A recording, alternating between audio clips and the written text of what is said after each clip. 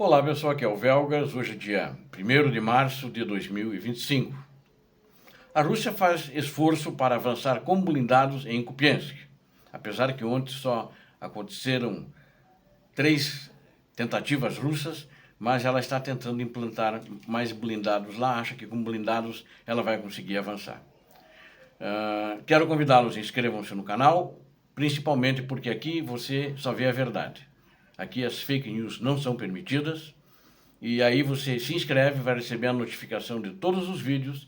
E também, se você se inscrever, apertar no sininho e no sininho em negrito, aí você vai receber todas as notificações. Isso é muito importante para o YouTube que você se inscreva, para mim, principalmente para mim. Gostaria de vê-lo inscrito no canal no YouTube. Obrigado. A Rússia faz um esforço, então, para avançar com blindados contra as posições ucranianas em Kupiansk.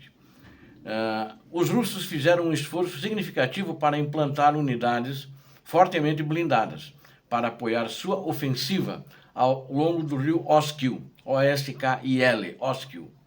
No entanto, conforme os comandantes russos enviavam mais e mais tropas e equipamentos, um após o outro, eles foram destruídos por drones ucranianos. Inclusive, nós já vimos em outros dias, teve num dia só que foram destruídos, acho que coisa entre 1 a 2 meses, foram destruídos em mais de 20 blindados, entre tanques de guerra e blindados de combate.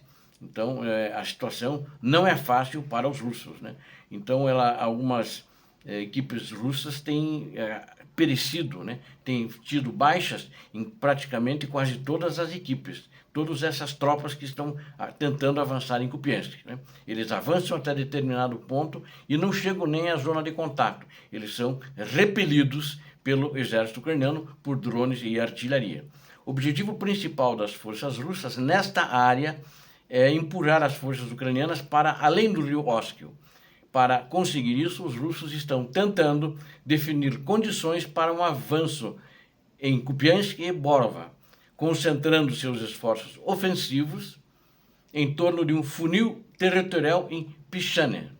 No entanto, esses esforços estagnaram e as forças russas estão tentando reforçar os esforços de sua infantaria ao longo da margem do rio com suporte de veículos blindados, esperando que isso lhes dê a vantagem de poder de fogo de que precisam para começar a avançar nas duas cidades. Notavelmente, as forças russas expandiram recentemente esse funil de Pichane para o sul, garantindo-lhes uma estrada reforçada para fornecer-lhes uma logística mais estável para os combates ao longo da margem do rio.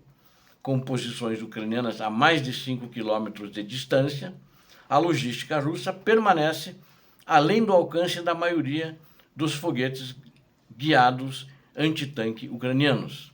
Além disso, mapas topográficos mostram que as forças russas estão avançando de terreno mais alto, fornecendo uma vantagem significativa na linha de visão e alcance do engajamento com as tropas ucranianas. As missões de reconhecimento profundo, no caso, as missões de reconhecimento profundo do exército ucraniano, mostraram que os russos estavam se reagrupando após os ataques fracassados anteriores e estavam se preparando para um esforço ofensivo renovado ao longo desse funil que eu falei agora mais atrás.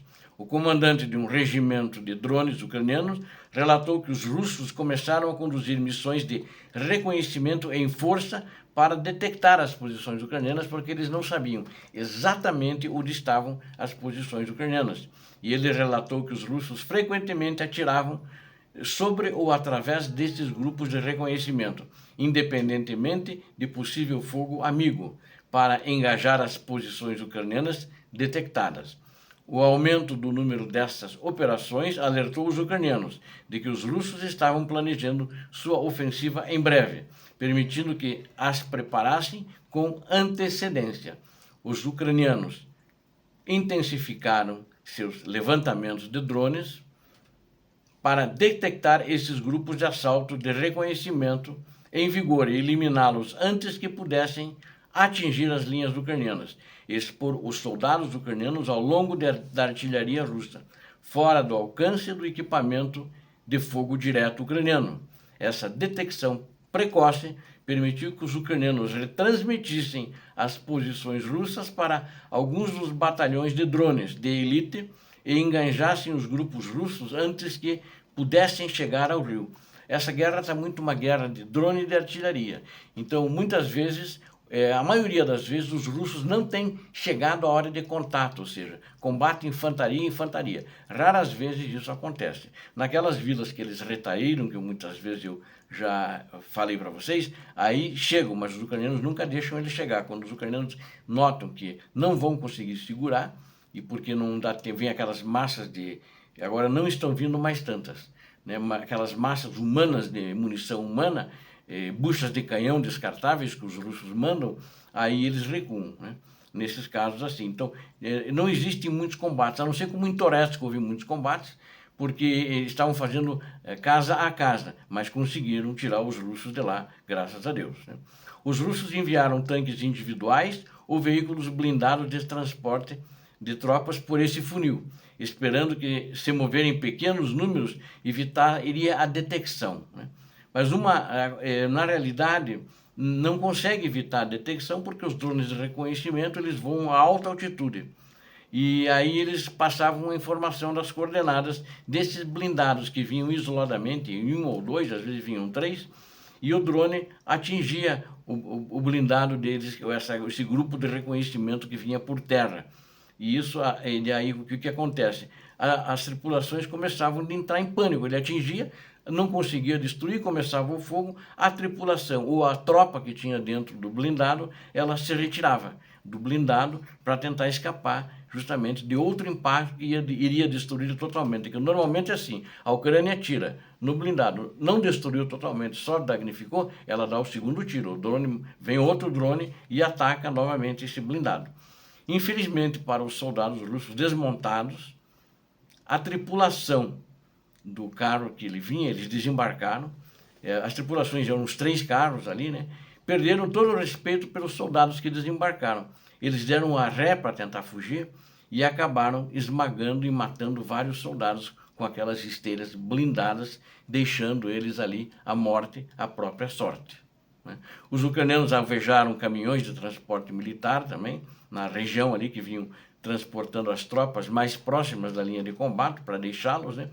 E alvejaram eles principalmente com granadas e explosivos lançados por drones, destruindo o caminhão que vinha com as tropas, inclusive os soldados que estavam dentro, né? Eles não têm tanta proteção porque não são blindados, são caminhões de transporte de tropa, né?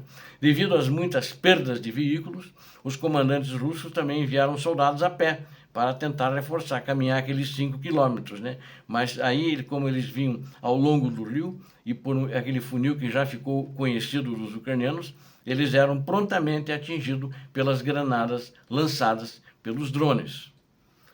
Por fim, as imagens que apareceram, eu vi no The Sun, só que eu não posso usar a imagem do The Sun, que é um jornal inglês, mas ele publica vídeos, ele compra o vídeo de quem filma lá na linha de frente, e ele, com exclusividade, com direitos autorais, né, tem que pagar para ele quem quiser usar, mas eu vi isso, e eles mostraram ali feridos de muletas, né? Russos feridos de muletas avançando para a linha de frente contra os ucranianos.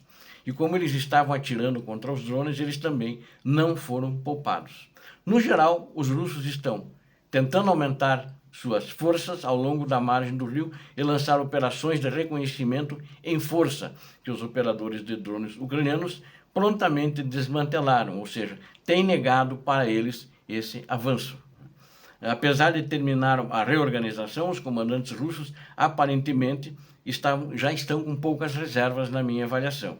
Até mesmo enviando soldados feridos, isso é uma prova, né? Gente com muleta, e não é uma vez, não. Em diversas frentes isso acontece. A incapacidade dos russos de reforçar as forças perto do rio Oskil com veículos blindados e infantaria reduzirá significativamente sua capacidade de combate e sua capacidade de lançar novos ataques aqui, pois os ucranianos impediram com sucesso os russos de abrir uma nova via desse avanço. Inclusive, os ucranianos acabaram bombardeando as posições russas, onde eles estavam concentrando as tropas que os drones de reconhecimento descobriram. Eles estão tentando aumentar suas forças ao longo da margem, mas sem nenhum sucesso. A Ucrânia está segurando em toda a frente de operações e em Pokrovsk continua avançando e empurrando os russos para trás. Obrigado a vocês que assistiram esse vídeo. Conto com vocês. Inscrevam-se no canal, deem um like, compartilhem com suas redes sociais. Inscreva-se. Você viu aqui a verdade. Deus abençoe a Ucrânia, Deus abençoe o Brasil. Paz e bem, paz para toda a humanidade.